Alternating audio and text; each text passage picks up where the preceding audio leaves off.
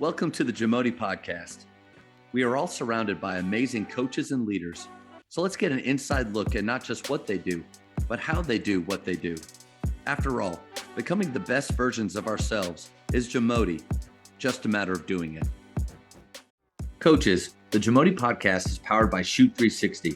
The future of basketball has arrived in Dallas-Fort Worth. Shoot 360 combines the latest sports technology with the fundamentals of basketball skill development. The result is a one-of-a-kind video game-like basketball program designed to improve your shooting, dribbling, and passing. Visit shoot360dfw.com to learn more and register for your free 1-hour workout evaluation. Shoot 360, the future of basketball is here. Your program has had a lot of success in, like you just said, a short time. And it's cool too, because it's been different coaches that have come through, all of them. I mean, all four of them really finding a certain level of success, and you just coming off of the season you had. And I want to talk about that later on too. But what's one thing that makes your program different? Man, I think something that maybe not everybody knows, that kind of may know Grace Prep, like in the DFW area, just with basketball. We're a university model school, and we've been that from the start. Our high school and junior high kids go 3 days a week. They go Monday, Wednesday, Friday, and they have satellite homework Tuesdays and Thursdays. One of the draws we consistently hear from people who want to make the switch to Grace Prep is we get so much family time back. And with athletes, that family time is a lot of the time them and their dad or them and their mom coming up to the gym and getting shots up. And we really like to have a culture of just the gym is open. Like we want you in here. We want you, working on the things that we as a program feel are important, but also, you getting that individual skill work in as well. And we put a big emphasis on that, I'm sure we'll talk about that later, but, that 3 day a week schedule, it really opens up the possibilities for somebody who's like, man, like I'm just a gym rat. Like I want to be in the gym. I want to be in the weight room. Yeah. Like that's something that I feel like it's not something where, we looked at it and we were like, man, we want to be this athletic powerhouse. And what gives us the best opportunity was like, that's just how the school was born. We're the first university model school in the country. But what's been born out of that is, 7 a.m. Tuesdays and Thursdays, kids are in the gym. 2:30 before volleyball practice in the fall, kids are in the gym. We just have kids in the gym, and I think that,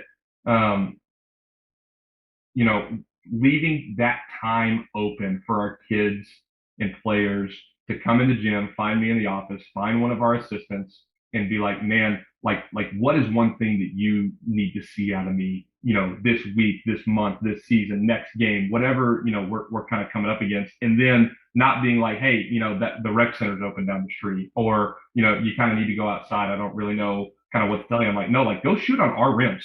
You need to be in our gym on our rims, getting reps up. I feel like I've got a pretty good relationship as well with a lot of, AAU programs in DFW, a lot of trainers in DFW that our kids will get together with. And I'm like, get them in the gym, get them in the gym. And as long as it's not being used, we'll find a way to get you in. And I think that's one thing that really, separates us, but also makes the program attractive, is that off time to really be able to dedicate to your craft. Yeah. Two things there. Like, first of all, the relationship with select coaches, trainers, and things, it's just smart. Yeah. Like, and I don't care, private school, public school. Like when people hear that, they immediately think recruiting. No, it's relationship building. Your players, our players are going to go out, and we want them to. We want them to go out and get extra work done. Crap, I did that. Like when I was at Naaman Forest, I used to discourage my players from doing anything outside of our, like, guys, listen, I've got you. This is all you need. Right. And I felt this friction. There was this competition with select ball trainers and things. And it just was like this moment of, first, why am I doing that? One, I don't own them. They're not mine. Yeah. But also, like, I used to do that. Me and my dad would travel all over DFW for skilled trainers, pick one up, put them down, and try another one, get Right. one we like, work with them quite a bit. So Right. that's smart. And the same with the select coaches. Our players have 2 seasons now. They have their school ball season and select ball season, and to try to act like one is more important than the other. Ultimately, the kids get put in the middle, which is what we don't want. And then No. the second thing I love about that model is, I would imagine, especially in season, I always just feel like we're so Right. rushed because after school practice, we don't want to be in the gym forever, but after it, like, they need to get home. They need to do their schoolwork. They can't just stay up there all night with us. But I love the university model of finish classes early in the morning, and then you've got this afternoon time to just be around the guys. And I think that's really special. Yeah, and I think going back to the relationships with AAU select coaches, this past season, I had a couple kids playing in a certain select program, and I think that their coach, he literally may have been at every one of our games, every one of them. And I was making sure he'd get in. We have a great relationship. We went on visits together. One of our players was, he took That's a great idea.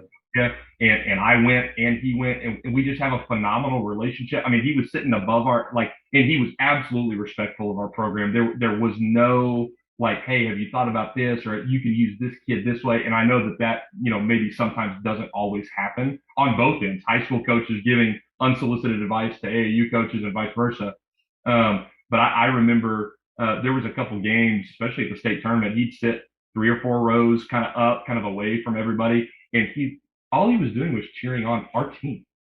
Like, that was it. But he was watching the kids that he had invested time in, like, play on a great stage. Like, it was a really beautiful thing to see.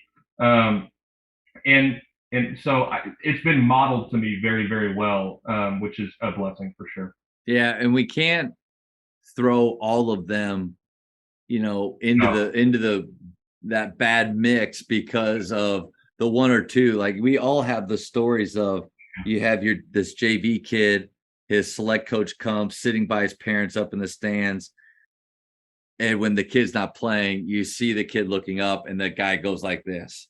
Like, those are the bad moments, but those really aren't the norm. The norm is a majority of them are invested in the person, and they do want to see them. I love the idea of partnering with them with visits and things like that, because to think that we're the only show in town is just so false. Yeah.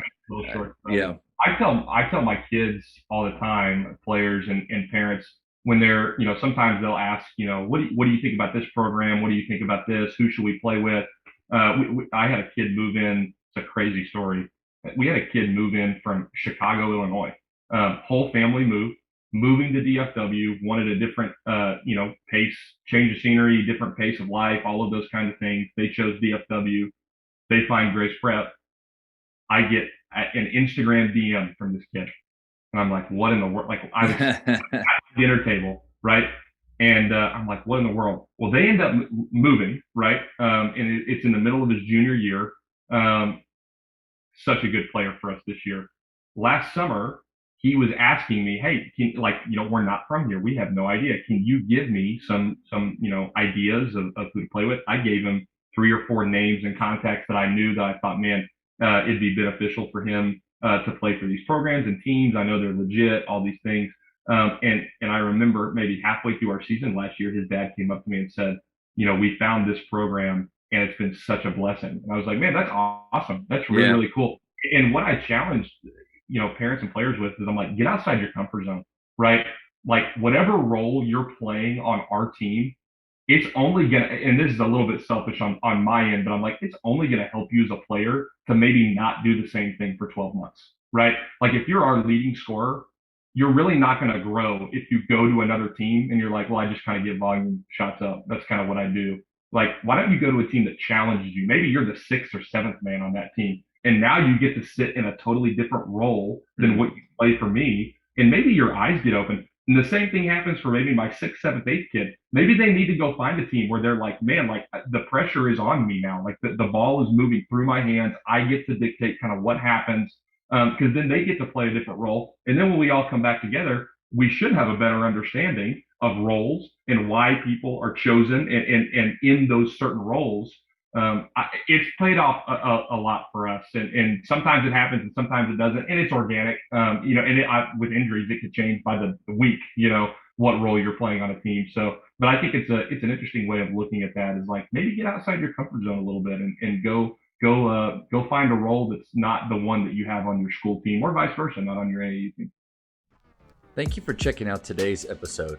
Please take a moment to subscribe to this podcast, share it with your fellow coaches, and find us on social media for what's coming up next on the JAMODI podcast. It's just a matter of doing it.